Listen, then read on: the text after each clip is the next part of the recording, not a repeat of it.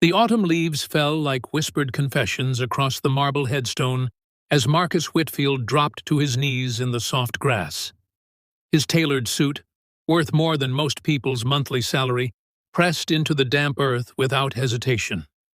His bodyguards stood at a respectful distance near the black armored SUV, their eyes scanning the perimeter of Oakwood Memorial Cemetery, while their boss did what he came here to do every single year on this date. He wept. The most powerful black businessman in America, the man whose face had graced the covers of Forbes and Time and every financial magazine that mattered, pressed his forehead against cold stone and sobbed like the broken father he had been for 15 long years. The name carved into that marble read Zoe Lorraine Whitfield, and beneath it were the words that had haunted his dreams since the night the police knocked on his door. Beloved daughter. Forever 7.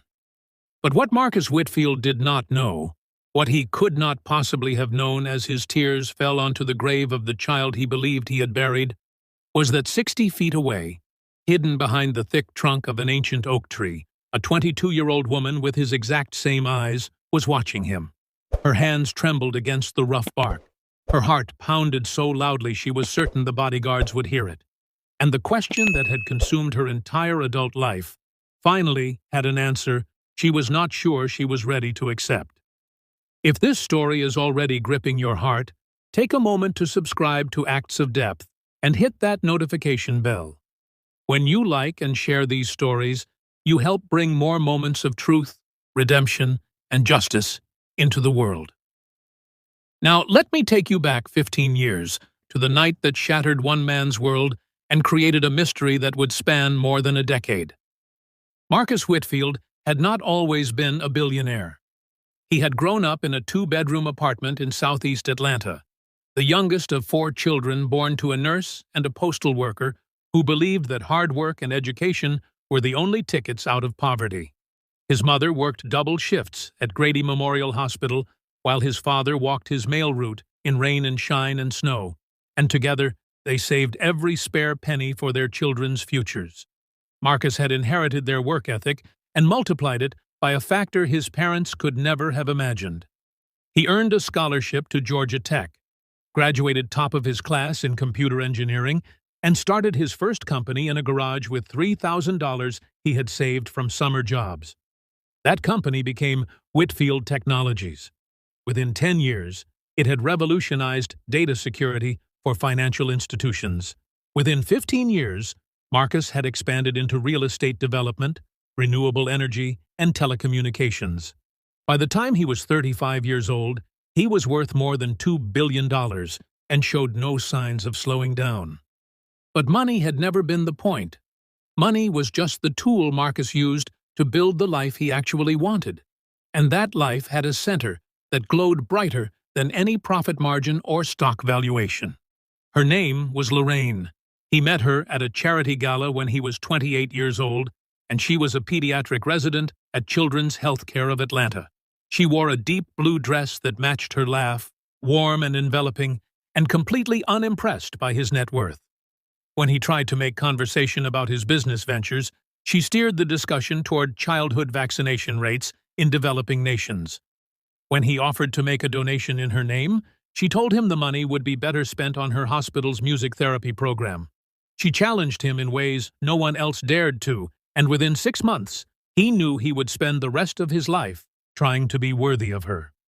They married on a spring afternoon in her grandmother's backyard in Savannah, surrounded by family and friends who ate homemade peach cobbler and danced until the fireflies came out.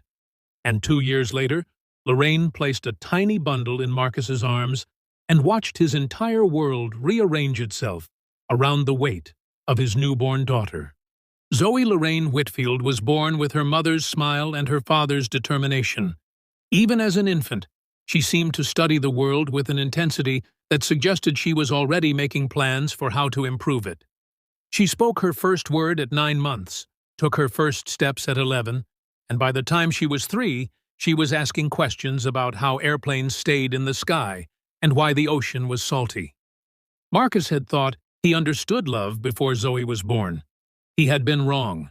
The love he felt for his daughter was something else entirely, something that rewired his brain and restructured his priorities and made every business success feel hollow unless he could come home and tell her about it. He recorded himself reading bedtime stories so Zoe could hear his voice when he traveled for work. He missed exactly one of her birthday parties in 7 years, and he still considered it the greatest failure of his life. Then came the night that ended everything. Lorraine and Zoe were driving home from a piano recital when a drunk driver ran a red light at 60 miles per hour. The impact was so severe that the responding officers initially believed there were no survivors. Lorraine died at the scene, her body shielding Zoe's car seat in a final act of maternal protection that doctors said was purely instinctive. But Zoe, little 7-year-old Zoe with her father's eyes and her mother's laugh, was rushed to the emergency room with injuries so extensive that the surgeons worked for 11 hours trying to save her.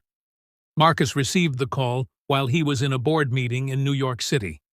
He chartered a private jet and broke every speed limit between the airport and the hospital, but by the time he arrived, the doctors were waiting for him with the words that would define the rest of his life. "We did everything we could. I'm so sorry." He buried them together, mother and daughter, in matching plots at Oakwood Memorial Cemetery beneath an oak tree that Lorraine had once said reminded her of the one in her grandmother's yard. Marcus stood at that graveside in a black suit and watched 2 caskets descend into the earth, and something inside him descended with them. He continued to run his company. He continued to make money and expand his empire and appear on magazine covers with carefully constructed smiles. But the man who had once believed that hard work could solve any problem learned that there were some problems that no amount of money could touch. Grief had no price tag. Loss could not be negotiated, and the silence in his mansion was louder than any boardroom had ever been. For 15 years, Marcus Whitfield lived in that silence. He visited the graves every Sunday morning and on every anniversary of the accident. He funded a children's hospital wing in Lorraine's name and a scholarship program in Zoe's. He dated occasionally, at the insistence of friends who worried about his isolation, but no connection ever progressed beyond a few dinners. How could it? How could he give his heart to anyone when the largest piece of it was buried beneath that marble headstone? He had accepted, with the weary resignation of someone who has fought grief and lost, that the rest of his life would be an exercise in going through the motions until he could finally join his family again. But 800 miles away, in a small town in North Carolina that Marcus Whitfield had never heard of, a young woman named Amara Johnson was about to discover that everything she believed about her life was a lie. Amara had grown up believing she was an orphan. Her Aunt Gloria, the woman who raised her, told her that her parents had died in a house fire when she was 7 years old, that Gloria had been the only family willing to take her in, and that she should be grateful for the roof over her head and the food on her table. Gloria was not a warm woman. She worked as a bookkeeper for a small manufacturing company and lived in a modest house at the end of a quiet street, and she raised Amara with a combination of strict discipline and emotional distance that left the girl perpetually hungry for affection she never received. Amara learned early not to ask too many questions about her past. The one time she had pressed Gloria for details about her parents, asking if there were photographs or keepsakes she could see, Gloria's face had gone pale and her voice had turned sharp. "The past is dead," she said. "There's no point digging up graves." But the past, as Amara would learn, has a way of refusing to stay buried. It started with a college application. Amara was 21 years old and applying to graduate school in journalism when she needed her birth certificate for verification purposes. Gloria had always handled the paperwork, always kept important documents locked in a filing cabinet in her bedroom, but Gloria was away on a business trip, and the deadline was approaching. Amara found the key hidden in a jewelry box and opened the cabinet, expecting to find nothing more than the routine paperwork of a mundane life. What she found instead was a folder that made her knees buckle. Inside were newspaper clippings from 15 years ago. headlines about a tragic car accident that had claimed the lives of a prominent businessman's wife and daughter. There were photographs of a woman named Lorraine Whitfield, and Amara felt her breath catch in her throat because she was looking at her own face, 20 years older. There were legal documents with names that had been carefully altered, hospital records that did not match the story Gloria had told her. And there was a photograph of a little girl, maybe 6 or 7 years old, with braids and a gap-toothed smile, wearing a necklace with a small gold pendant shaped like a heart. Amara's hand moved to her own chest, where that same pendant still hung on a chain she had worn for as long as she could remember. Gloria had told her it was a gift from her birth mother, one of the few items salvaged from the fire. But there had been no fire. There had been no orphaned child grateful for rescue. There had been a 7-year-old girl named Zoe Whitfield, who survived a car accident that everyone believed had killed her. And somehow, impossibly, that girl had ended up in a small town in North Carolina being raised under a different name by a woman who had lied to her for 15 years. The investigation that followed took Amara 6 months and cost her everything she thought she knew about herself. She hired a private detective with money she had saved from her part-time job at the campus library. She obtained her real birth certificate through legal channels that revealed Gloria Johnson was not her aunt at all, but a former hospital employee who had been fired from the same emergency room where Zoe Whitfield was treated the night of the accident. She pieced together a story so horrific that there were days she could barely function, days when she sat in her small apartment and stared at the wall and tried to understand how the woman who raised her could have done something so monstrous. Gloria had been working as an administrative assistant in the ER that night. She had access to patient records, to the chaos of a major trauma case, to the moment when doctors stepped away from a child they believed was beyond saving. But Zoe had not died on that table. She had stabilized just enough to be transferred to the ICU, and in the confusion of that transfer, in the grief-stricken haze of a hospital dealing with a high-profile tragedy, Gloria had seen an opportunity. She had taken a child. She had forged documents, changed names, relocated to another state, and built a lie so complete that it had fooled everyone for 15 years. The question of why haunted Amara almost as much as the truth itself. The private detective eventually uncovered the answer in a series of old emails Gloria had failed to completely delete. Gloria Johnson had once been Gloria Whitfield, a distant cousin of Marcus's father who had been cut off from the family years ago after a dispute over money. She had applied to work at Whitfield Technologies and been rejected. She had written letters to Marcus asking for financial help and been ignored by assistants who never forwarded them. In her twisted mind, taking Zoe was an act of revenge against a family she believed had wronged her, a way to make Marcus Whitfield feel a fraction of the rejection and loss that she had felt her entire life. She had not taken Zoe for love. She had taken her as a punishment, and she had raised her with cold efficiency, never letting her get too close, never letting her feel truly wanted, because Zoe was never meant to be a daughter.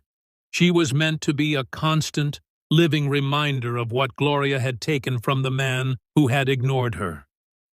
Amara spent 3 weeks after learning the full truth in a state of paralysis. She knew she needed to come forward. She knew that somewhere in Atlanta, a father was grieving for a daughter who was not dead. But the fear was overwhelming. What if he did not believe her? What if he had moved on, built a new life, and wanted nothing to do with the ghost of a child he had buried 15 years ago? What if she walked up to Marcus Whitfield and introduced herself as his daughter, only to be rejected by the only real family she had left? The risk felt insurmountable until she remembered something she had read in one of the old newspaper articles.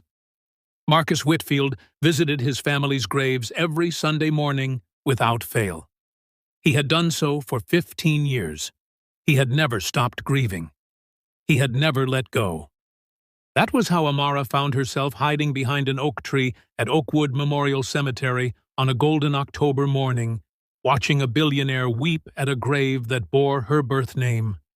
She watched him for nearly 20 minutes, her own tears streaming silently down her face as she witnessed a grief so profound it seemed to bend the air around him. His bodyguards maintained their distance, clearly accustomed to these visits, clearly trained to give their employer privacy in his pain. When Marcus finally stood, brushing the grass from his knees with trembling hands, Amara felt her heart lurch. He was leaving. He was walking back to his armored SUV, and if she did not act now, she might lose her courage forever. Her feet moved before her mind could stop them. She stepped out from behind the tree and walked toward the grave, her path calculated to intersect with his before he reached the car. One of the bodyguards saw her first, his hand moving toward his jacket in a reflexive motion that suggested concealed protection. But Marcus raised a hand to stop him, his eyes fixed on the young woman approaching with a face that made his blood turn to ice. She looked exactly like Lorraine. Not similar, not reminiscent, but exactly like her. The same eyes, the same cheekbones, the same way of holding her shoulders. It was as if his wife had stepped out of his memories and aged 15 years, as if the grave he had just been weeping over had opened and offered up an impossible gift. Marcus felt his legs go weak. The world narrowed to a single point, a single face, a single impossible question that he was terrified to ask. "Who are you?" His voice came out as barely a whisper. Amara stopped 3 feet away from him. Her hand moved to the pendant around her neck, the small gold heart that she now knew had been a gift from the mother she could not remember. She unclasped it with trembling fingers and held it out toward him, letting it catch the morning light. "You gave this to me," she said, and her voice was steady, even as tears rolled down her cheeks. "On my 5th birthday. You told me it was shaped like a heart, because that's what I was, your heart, walking around outside your body." Marcus Whitfield's knees gave out completely. He collapsed onto the grass beside his daughter's grave, staring up at the young woman who was holding a piece of jewelry he had last seen on a 7-year-old girl 15 years ago. His mind was screaming that this was impossible, that he had identified her body, that he had buried her in this exact spot. But his heart knew something his mind could not accept. His heart recognized her the way the ocean recognizes the shore. "Zoe!" The name came out broken, shattered, a question and a prayer and a terrified hope, all wrapped in 2 syllables. She knelt down beside him, and when she took his hand, he felt something unlock in his chest that had been sealed shut for 15 years. "My name is Amara now," she said, "but I was born Zoe Lorraine Whitfield. I was in that car with Mom. I survived. And I've spent 6 months trying to find the courage to tell you that I'm still alive." What happened next would become the stuff of legend in Atlanta business circles, though the full details would never be made public. Marcus Whitfield's security team was sworn to secrecy, but even they could not fully contain the story of their employer breaking down completely in a cemetery, holding a young woman who was supposed to be dead, and refusing to let go for nearly an hour. When he was finally composed enough to speak, to ask the questions that 15 years of grief demanded answers to, Amara told him everything. She told him about Gloria, about the lies, about the cold house in North Carolina where she had grown up hungry for a love that was never offered.